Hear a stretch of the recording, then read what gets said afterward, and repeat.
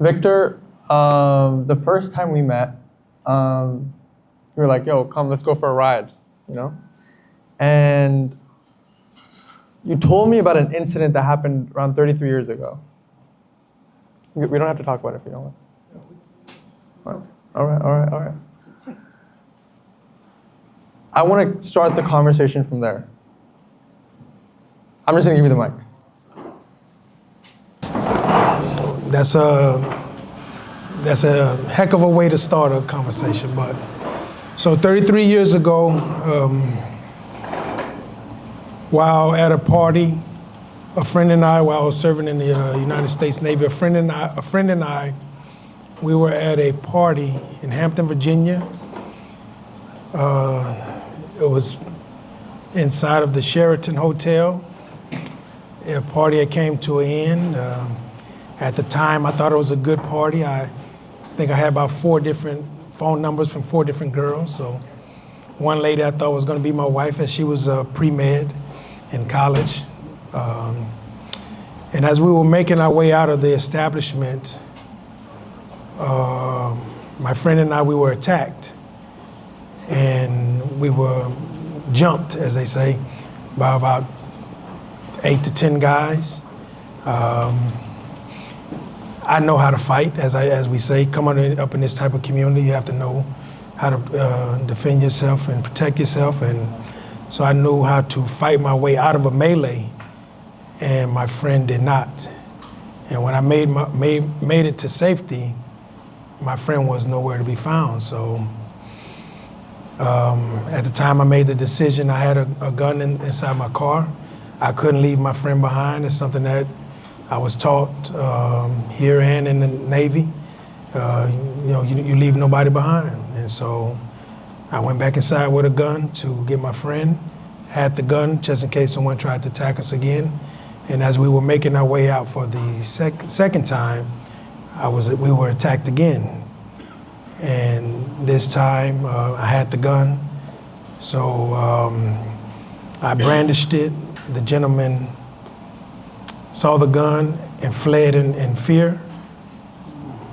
As I was taught, you can't call timeout once you start, just because, so I chased him and shot at him. He continued to run, chased him around the corner and shot him, and he died.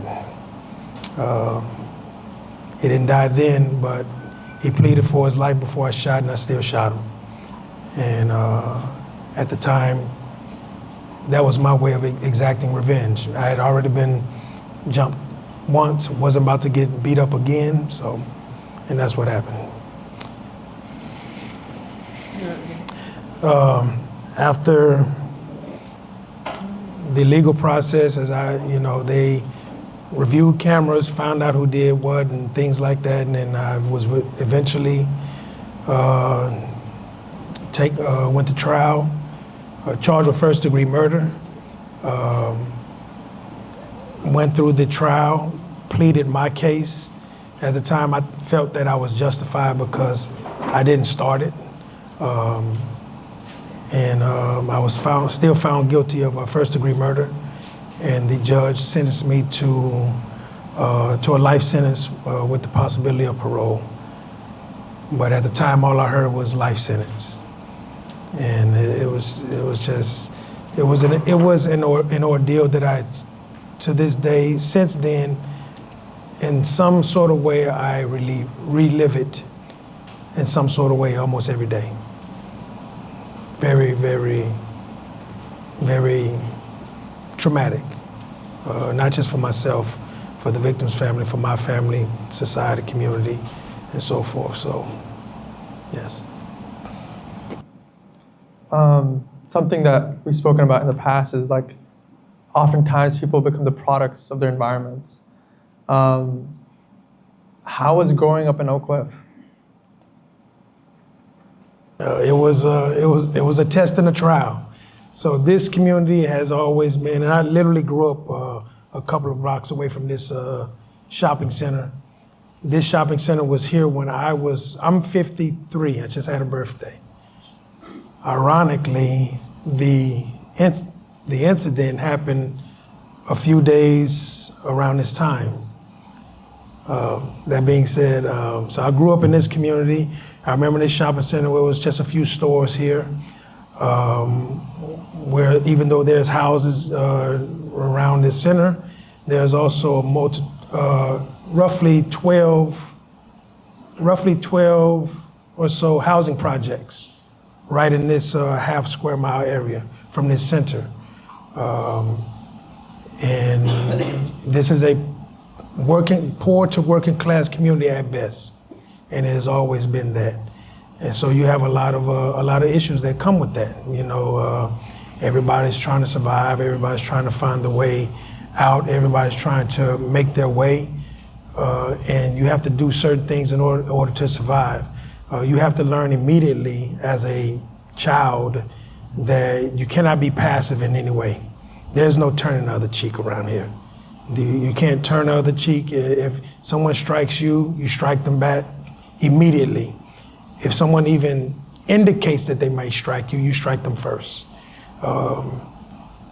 These are lessons that even parents teach kids.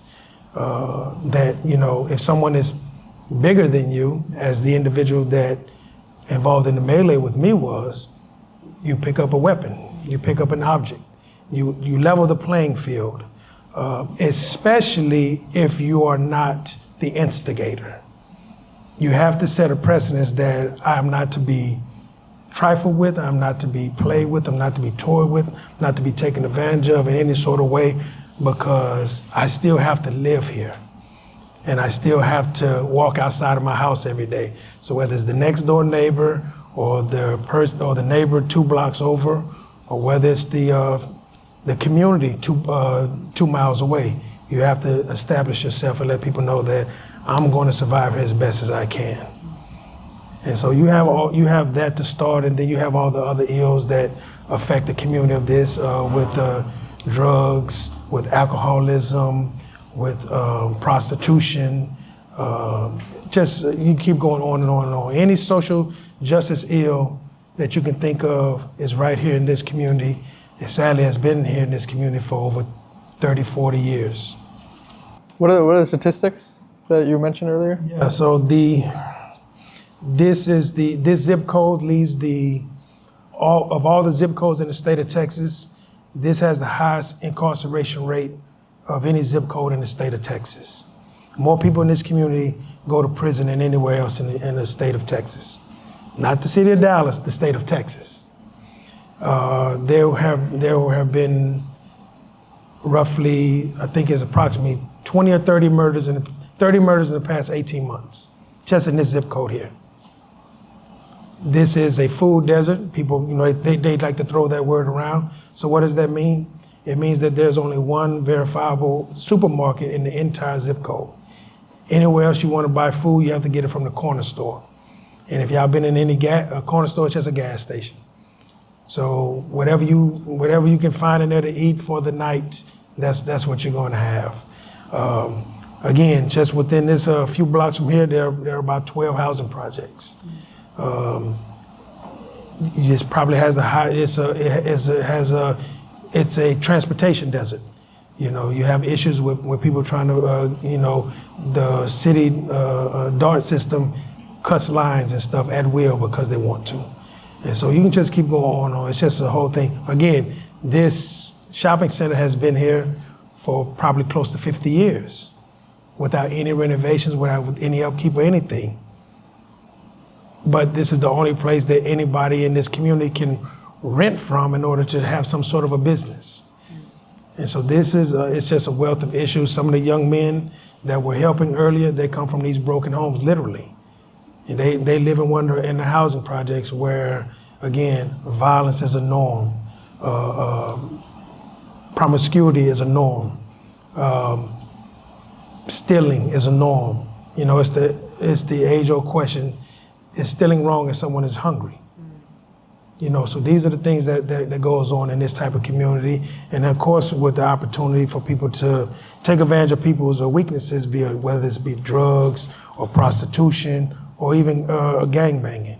You have all of these issues here in this one community, a community that I grew up in, that I've seen when I was as a kid, and sadly when I came home from prison, I still see.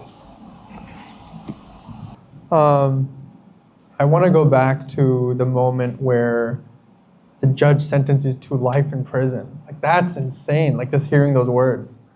We were having a conversation, and he was like, I kept saying jail, and he was like, Ron, you know the difference between jail and prison? But tell me about how was prison like? I have a saying, prison is your own personal hell. So whatever issues that you have, they're going to be magnified in prison. So I don't have a problem with taking up for myself. I had a problem with going overboard with taking up for myself. You have some individuals that may have a problem with taking up for themselves. You may have individuals that they were incarcerated because they couldn't control their addictions. And so all these things are just magnified 1,000 times over. You know, you go from, you know, walking into your kitchen to use the microwave. You go from that to literally the next day people are getting into knife fights over who's next in the microwave. You know, all the issues that I talk about here is times 1,000 in prison, because now there's whatever zip code that led in incarceration rates, well, all the other 20 zip codes behind that are right there with you, with the same issues. So every day is a living hell. Whether men and women want to acknowledge it or not, it is a living hell. And some people try to find ways to cope. And they cope by either staying addicted or even getting addicted. I've met a lot of individuals came in sober, left out addicted to heroin. Crack cocaine hit when a lot of guys were in prison. But guys wind up leaving out of prison, becoming crack addicts. And you know, again, if you can't fend for yourself, you can't stand up for yourself, you're gonna get taken advantage of, and you're gonna get tried and tested until you have to set the precedence that, again, I'm not to be trifled with, I'm not to be toyed with, I'm not to be challenged.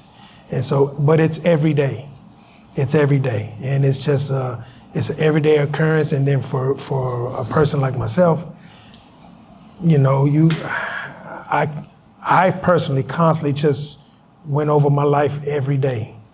Every day that I woke up in here, after, you know, thanking the Most High for waking me up, but then cursing for myself for being in this situation. And then when I have to curse myself for being in this situation, I have to relive how I got here. So it's just a constant, it's a constant hell. We mask it a lot of men and women, they mask it. And but it's torturous on the inside, and a lot of times it's played out, you know, physically on the outside, and that's why violence happens all the time in prison. It's the norm. That's the only way. Again, that's literally something. People will have a knife fight over who is next in the microwave line, who's next to take a shower, who's next to make a collect phone call on the phone. Phones are not free. You have to make a collect call. But we're gonna fight, sometimes to the death, over who's next to reach out to their loved one. Oh. Yeah, it's torturous, it's hell. It's a living hell, and it's your own personal hell if you do not start that process to, you know, reclaim your life and take advantage of whatever opportunity that the Most High has blessed you with in order to do that. Kind of confused. You say all that. But at a certain point, when I was doing research on you, clearly you popped off. Like, you were the library aide, you were educational tutor, you started your own nonprofit. Like, you were firing on all cylinders. What was the switch?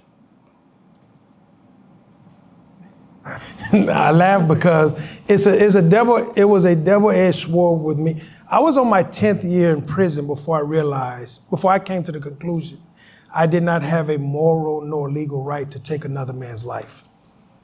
That literally came after studying about Islam, but we'll get back to that, because he turned his back to me. But before then, because of what I was taught here, is that hey, I've told wardens, I'm a effing political prisoner. They were like, what? Yeah, I felt like I had the political right to stand up and defend myself. What you mean? So damn right I need access to the library. I'm not one of them. I'm Victor. I don't care what y'all say. And I came in with that attitude is that I'm not here just to be a run on this planet. I'm not here just by accident. I understand this is a detour that I'm taking, but something's got to change. And if you don't give me what I want, I'm gonna find a way to get it. Hopefully not unrighteously, but another way. And so things like a librarian aid, I had to threaten the warden to take him to court because he didn't want to hire anybody. Like, what do you mean you got enough? No, man, that's a job, that's an opportunity. Well, we got enough people back there. You only got one, and there's 1,200 men back here. What are you talking about? Well, let's start with the paperwork. And I can keep going on and on and on. If things with educational classes, and one of my best friends, he reminds me all the time that I drug him to the library because he wanted to go out on the yard. And at the time I was still consuming alcohol, and in prison you have access to alcohol, albeit sometimes it's homemade. So he wanted to go on the yard and drink alcohol. I was like, not today, we're going to the library. He was like, what? Yeah, we're going to the library, man. Just come on, you got to stretch your mind, man. And he said, I don't know what to get in here. I said, well, you like trying to trick people, you're always trying to overtalk someone. Get a book about psychology.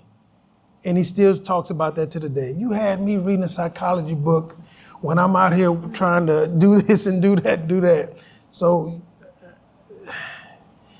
although I made one of the worst mistakes, ever, I still knew that I'm never gonna roll over and die. I don't care what the situation is.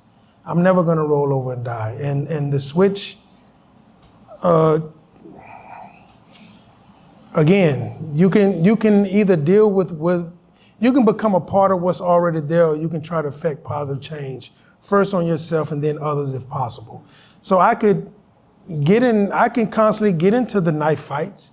I could constantly get involved with some of these other things, or I can say, man, listen, this is not for me. I need something better, I need something more. So again, I started, sometimes begrudgingly, to start trying to reform my own mind. Whether that comes with reading, that comes with attending different social circles, conscious circles in prison, that comes with doing a lot of self-introspection every day. And so you have to start, and once you start acknowledging some of the things that are holding you back, you have to start actually working on them.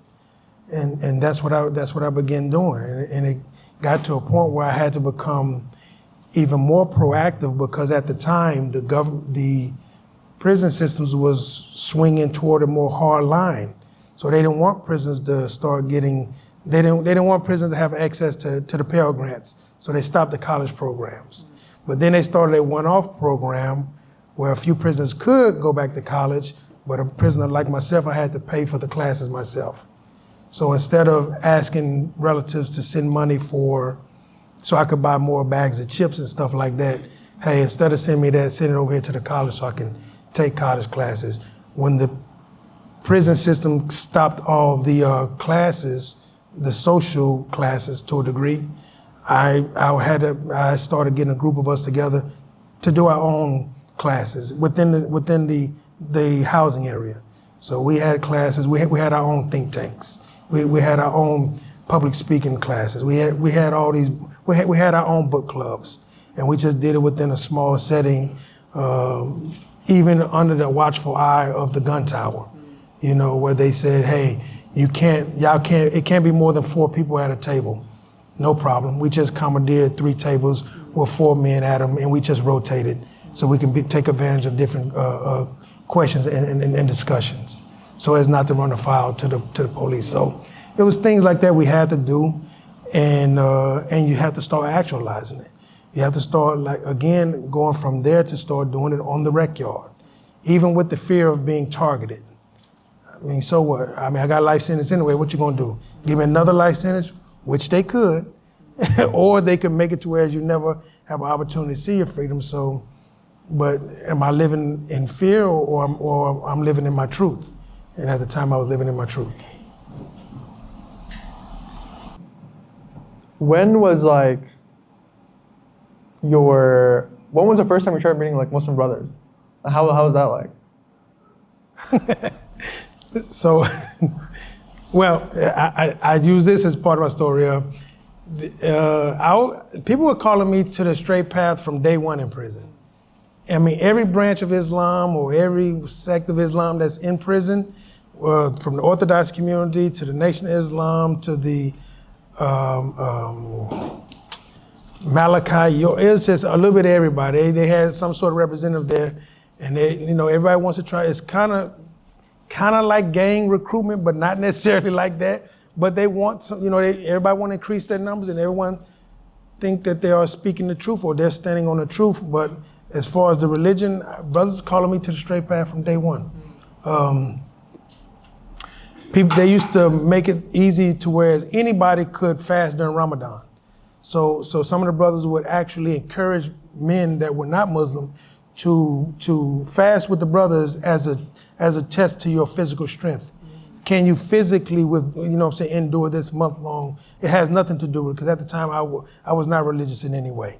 I was not religious in any way. I thought almost every religion on the planet, was wrong, but I'll touch on that in a second. And it's just, I just started, so I've always, one of my good friends is a Muslim brother. Even when we were, out there, in prison doing things we should not have been doing, you still got brothers that, like, hey, when you come out of Jumu'ah today, we're gonna go work out. All right, let's go. And so it's things like that. And those brothers would, same thing. So brothers would call me to the straight path, literally in some way every day. I would, during my reading and studying, you're gonna read a little bit of everything. So I'm reading different books about, everything. And if something is dealing with Islam, I'm gonna read that as well. On my 7th year, around the time everybody was passing around the book, and that's something we do. We shared books and music tapes. That's what we did. Hey, read this or listen to this, and vice versa. And everybody was passing around the book, The 48 Laws of Power. Everybody was fascinated about that book, and this is the man. This is what you got to learn. This is the only way you're gonna make it in this world. And I took a whole bunch of notes in reading that book, and that's what my thing. If I ever have a book, you will never see any marks in it. All of my marks are made in a pad on the side. And I hate when people try to tell me what I need to focus on when I'm reading the books. I never did that. And so I took all of these notes, and and then somehow someone gave me a book called, so I had 48 Laws of Power, then I had another book that was given me by author Blaine Lee. It's called How to Influence with Honor. And I read that book and took a bunch of notes. And after reading that book, I literally had my own fork in the road to decide what am I gonna do? Am I gonna be a too big, shiesty, underhanded, conniving, at all costs, no matter what type person, or am I gonna be an honorable path? And I chose the honorable path. And I had ordered the 48 Laws of Power, gave that away, threw away the notes, and this is the path I've been on since the rest of my life. You mentioned something about like going through all the religions and stuff like that. I want to double click on that real quick. So, America is the land of free and the brave, whatever you want to do. So hell, if somebody can think of Scientology, why can't I? So I was like, let me think of something. And everybody else is messing up. Let me get it right. Let me do it correctly. And I remember I told a guy what I was doing. He said, so you mean to tell me you're going to take all of the great knowledge from all over the world, filter it to, down to the very essence of all of them, and put it in one book and then make it? He said, it'll never be done. I said, I challenge you. I'm going to do it. And then, but during that time, studying all the religions, all the different religions, Gnosticism, Christianity, different sects of versions of Christianity, Judaism, the esoteric sciences, to all of them. Literally 70% of what I initially believed about, life and what my personal beliefs were found in Islam. And I was like, okay, so, all right, maybe Brother Zaka Ali might have knew what he was talking about, maybe. And so I said, well, let me take a deeper dive into Islam. And I started doing that. So I started reading a lot of different books about Islam. And then I started doing a comparative analysis of the translations of different, of the Quran, So with the Yusuf Ali, with the Hussein Khan, and on and on. So I'm having all the different ones, and this is translated like this, and this is translated like this.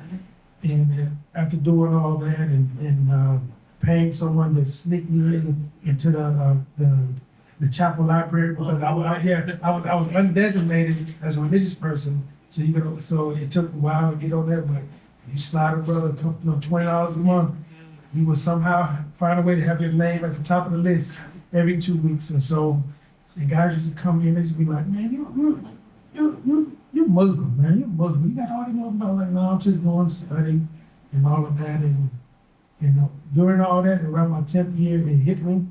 A lot of places along my heart in my 10th year. But I didn't take my Shahada for 5 more years. Why?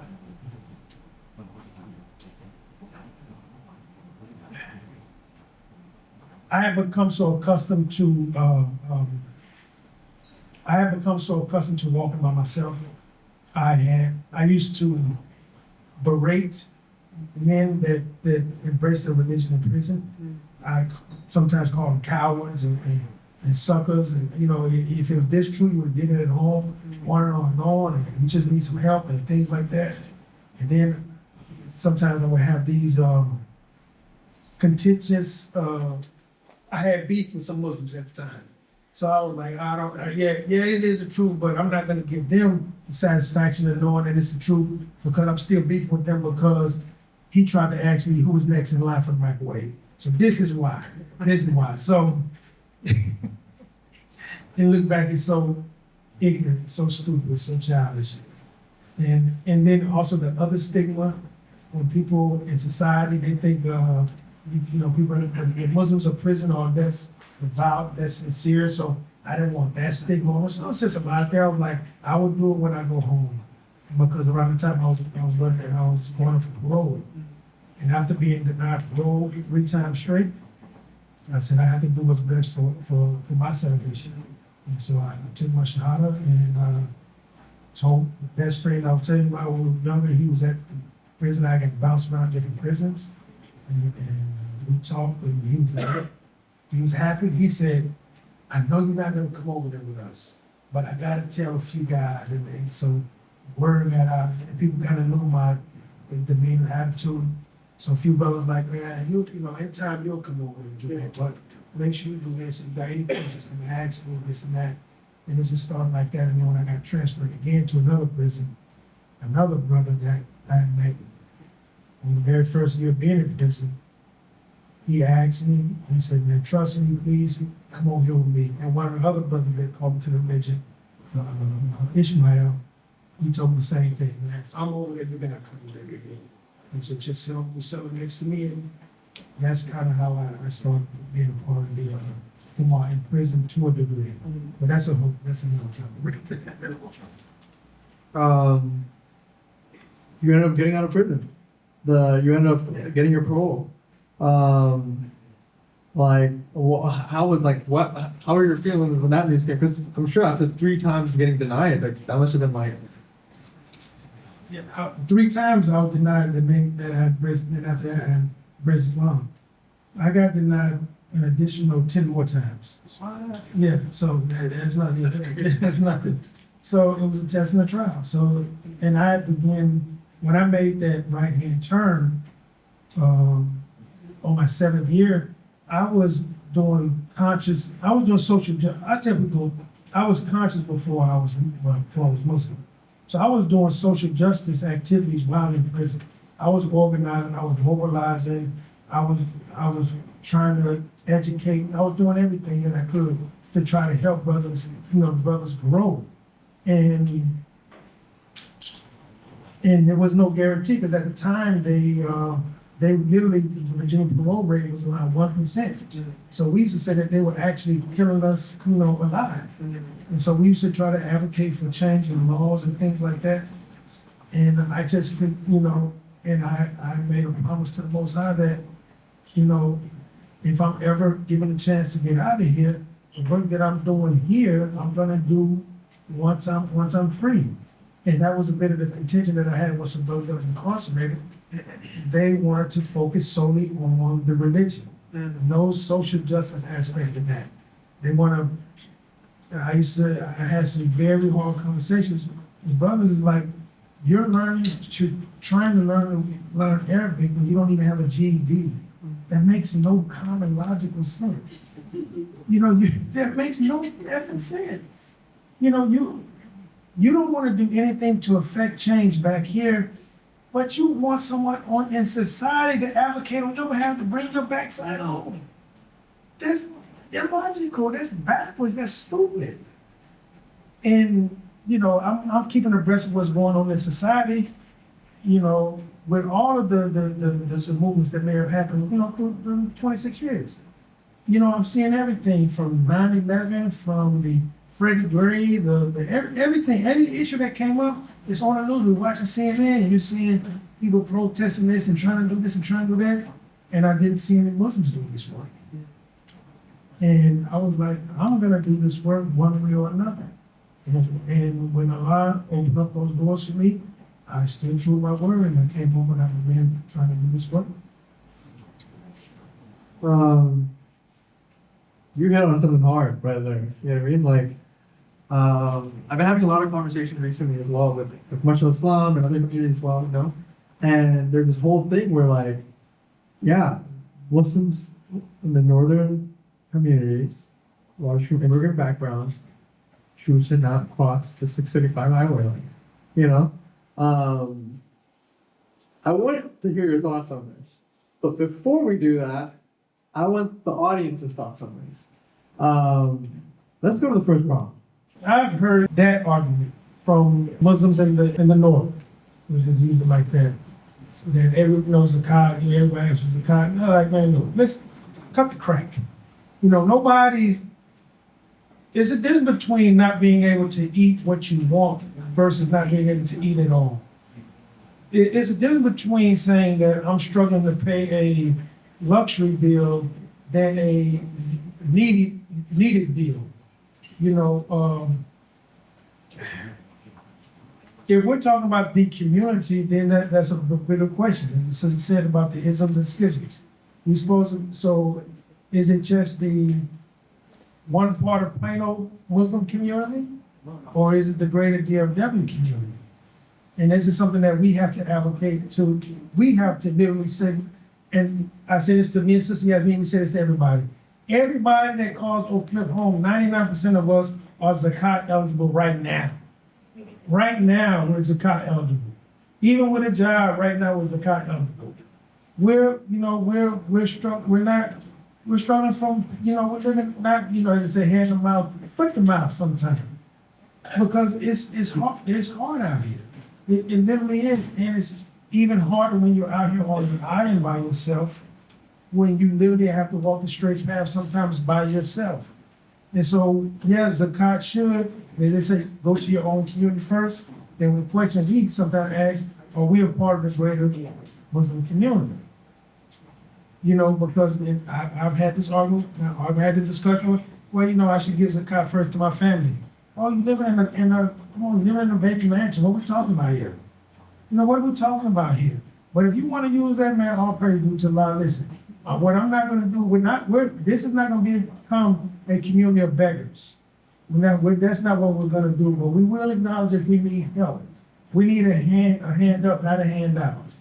And so I have to push back about that. And again, about that are we?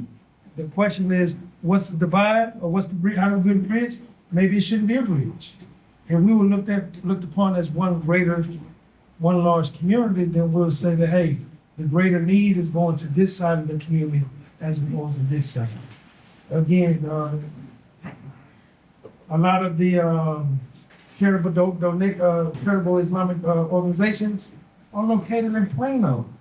Those three kids that were here, they would probably physically hurt everybody in here if someone is told, you can move your family from here to Plano, to the roughest part of Plano or the low income area of Plano. They're like, this is Shangri-La. What are we talking about here? First, okay, let's just go deeper on this for a second. Let's not move to the next topic of conversation.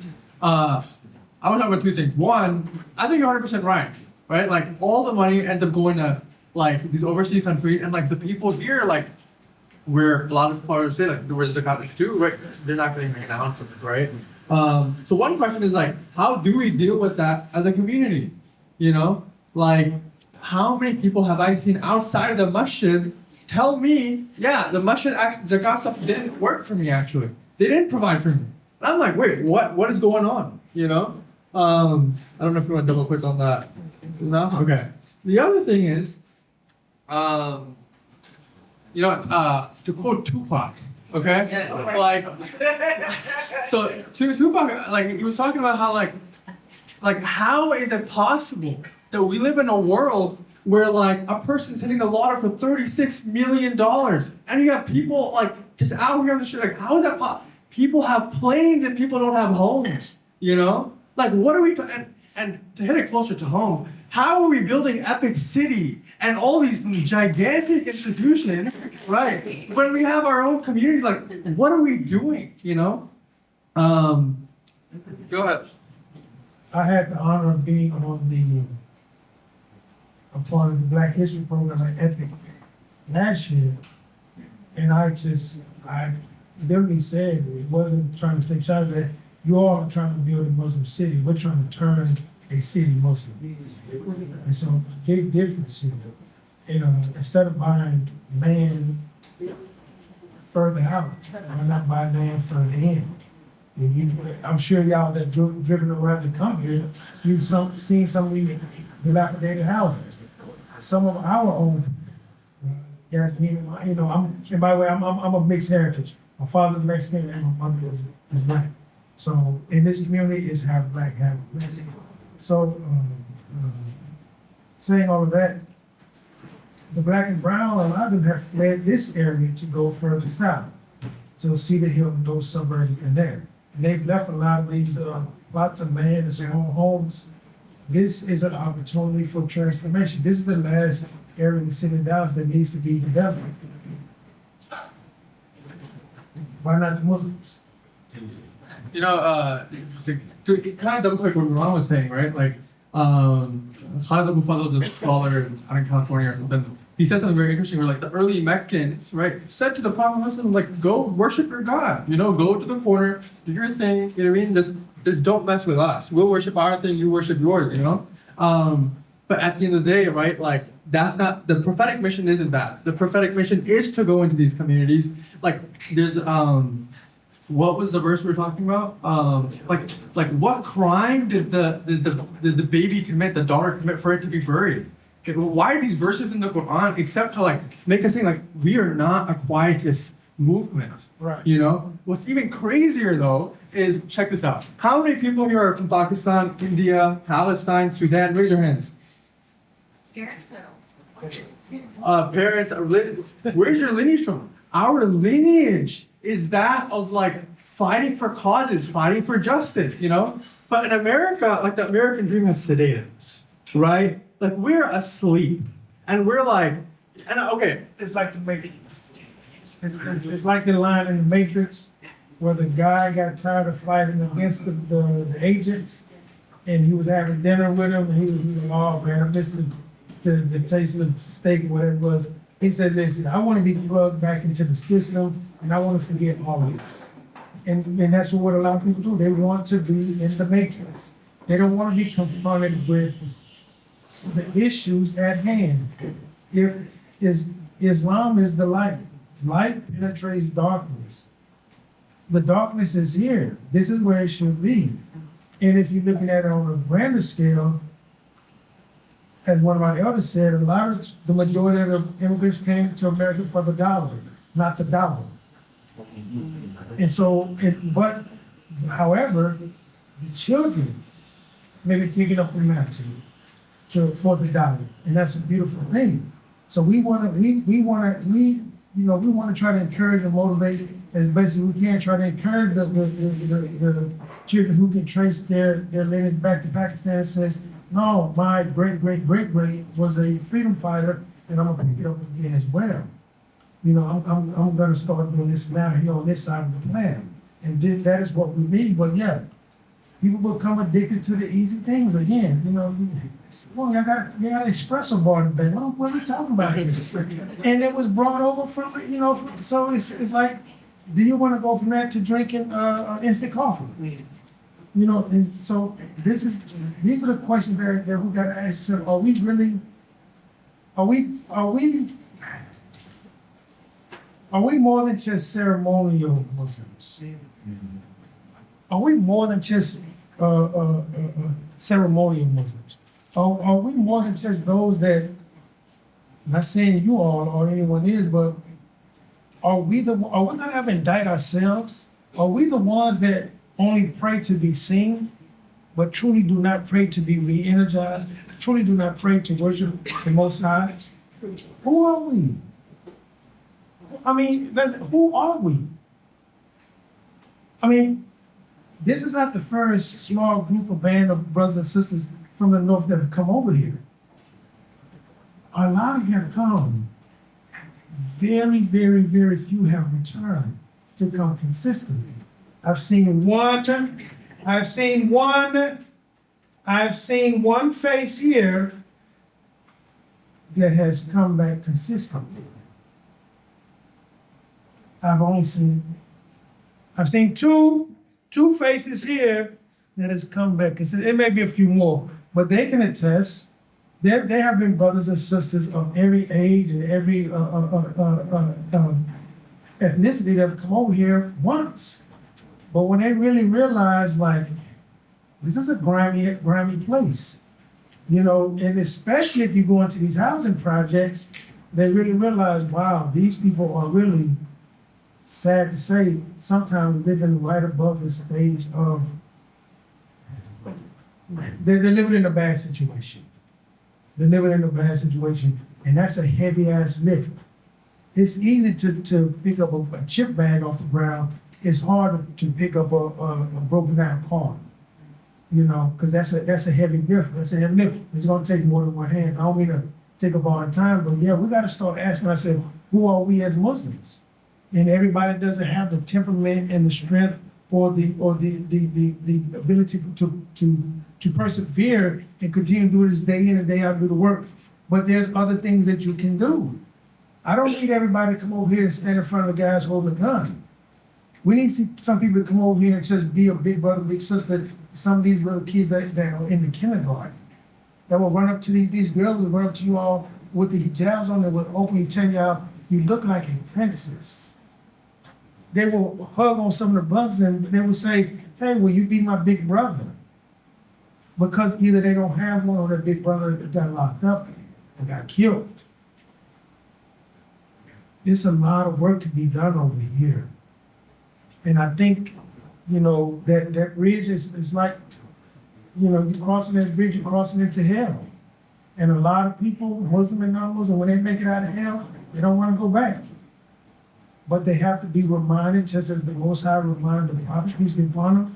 You're talking to people that don't want to hear your message.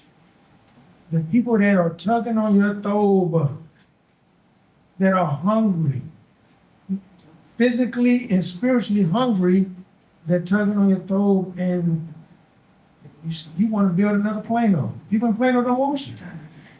They made it clear they don't want you. And yet, what do we hear? Well, we're going to move forward anyway. Nothing against every city, by the way. I like it. But I know that we can build a OPIC over here, or whatever you want to call it. We can build that over here. Because Oak Cliff, it's a lot to be done. It's a lot to be had over here.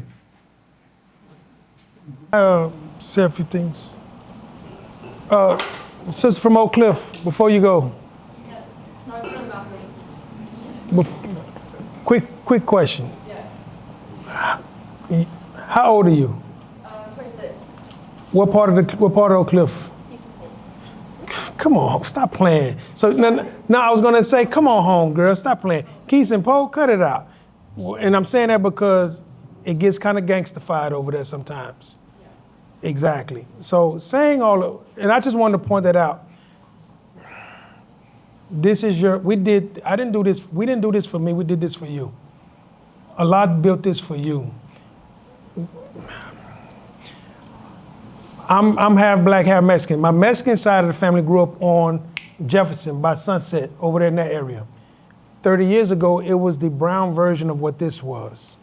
A lot of those relatives went to Arlington.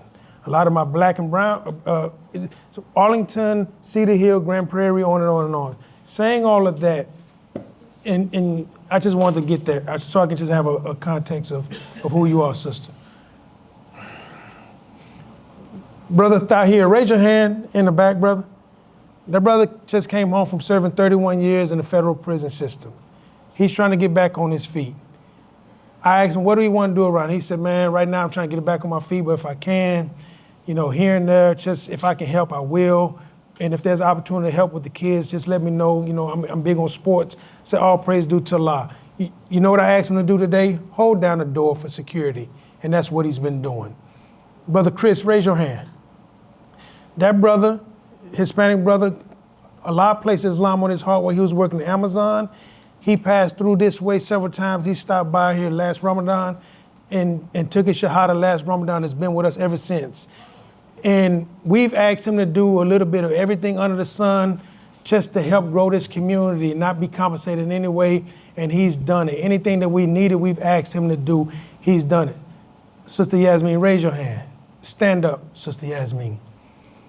This is a paid worker here. She's also my ex-wife, but more than that, she is my sister in the faith in every sense of the way. When we were together, I made her do anything related to the women and kids here. I would have her start projects and then stop them midstream. I would have her start projects and then pass them off to someone else. She hates speaking publicly, and I made her speak publicly, and I keep going on and on and on and on. So when they say, what role can you do here? You can do anything here. They just had the women's Talim on Wednesday. How many kids were here while the sisters were here? We left that to the brothers. I don't know how many in the back. Right. So with that being said, we're getting a lot of reverb sisters during Talim who, if y'all just had an opportunity just to come and sit with those sisters during Talim, that's the way you can help. If some of the brothers have free time, they can come and hold down the door. That's a way to help. If the brothers just have some free time to come engage with the kids, the new Muslims, the children of the new Muslims, that's a way to help. You don't have to go out there again and stand in front of the gun. You don't have to go out there and feed the hungry. Those teens right there and tweens right there, those little brothers and that one little sister right there, just to take the time to talk to them. Just to take time to talk to them. And like the brother said, there's a lot of things brothers see. We need just as many workers on this side as we need just as many ambassadors as we need workers, as we need volunteers. And so we need people to take our message and go far and near to tell about what we're doing. But in order to be here, you really have to be here. The best ability is your availability. We get a lot of people that come through one time. I've said it 1,000 times over, and we see them once and they never come back. It's a heavy, heavy lift. I got people that go out there and deal with the ruffians. We don't have enough brothers and sisters to sit on the musalla with us. You know how many brothers have offered to give a khutbah when we told them we got Jumu'ah up here? At least 50.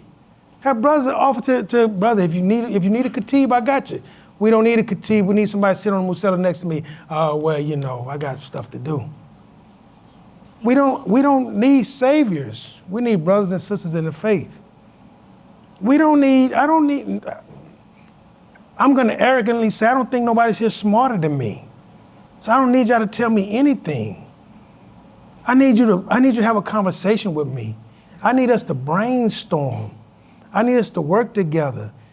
I don't need nobody to teach us nothing. And as far as knowing the religion, these brothers that's coming out of prison, they can quote the religion day in and day out, non-stop. They can talk circles around your religion. But a lot of brothers and sisters can't even get over that hump of that addiction. They don't even know how to literally budget their money. They can't even budget $1,000 a month. That's what we need. We need brothers and sisters in the faith. That's what we need. And for those that are truly inspired and motivated about what we're doing over here, we need some next door neighbors. Who will migrate on behalf of the Most High? Again, this area is ripe for the taking. I'm in the process of purchasing a home over here. There are a multitude of homes that brothers and sisters can purchase. Do y'all know where Bishop Arts is located? That's in Oak Cliff, Kessler Park. I mean, how bad can Oak Cliff be if it got 3 golf courses? But it's still pretty bad. I'm serious, because we have a golf course. Cedar Crest Golf Course is less than a half a mile from here. And the worst damn cities, the worst projects in the city is half a mile from here too. It is a tale of two cities. It's a tale of two communities in the same damn community. We can be here. We can literally build a community. I've posed this to everybody. Would you rather be a light bulb in a chandelier in Epic, or would you rather be a foundational stone in the Oak Cliff Masjid?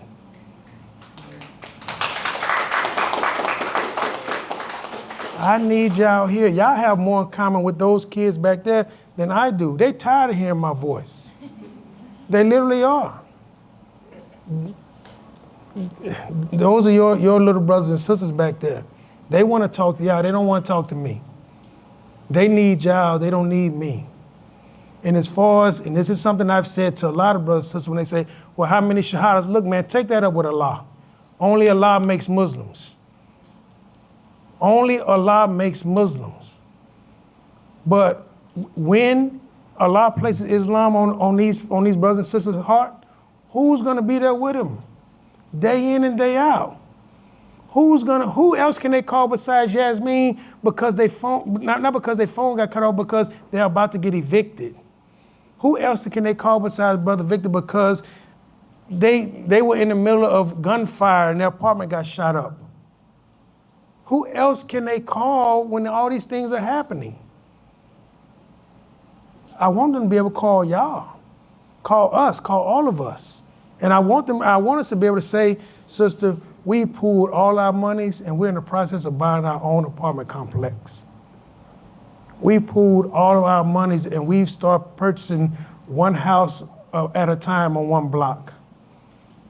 So we have this house here that we've set up a system where it can be bought and paid for without any interest or without any Islamic fees that sometimes miraculously align up with the same interest rates set by the Fed. And they're gonna tell me that we don't know the religion. Come on, man, what are we talking about here? Sometimes, and I've had this argument discussion about why the revelation came that said that Islam has went past a lot of people's throat. If you're not acting it out, it doesn't mean anything to me. So you're just regurgitating or speaking a lot of stuff, you know what I'm saying? So again, a parrot can do that. A parrot can speak stuff. You can teach a robot to do the movements in the salat. But a Muslim is, I used to say this to brothers in prison. Everybody wants to be the mu'min, nobody wants to be the musin. Nobody wants to actualize the religion. They want to talk about it, but they don't want to live it out. Everybody want to rush to pray on time, but nobody want to rush to get up out of prayer and go and wrap your arms around a homeless man or woman that smells like urine. Let me say that again. We all want to rush to pray on time, but we don't want to rush to get out of prayer to wrap our arms around a homeless person that smells like urine. And I hate that you be so graphic, but that's what's going on in this world.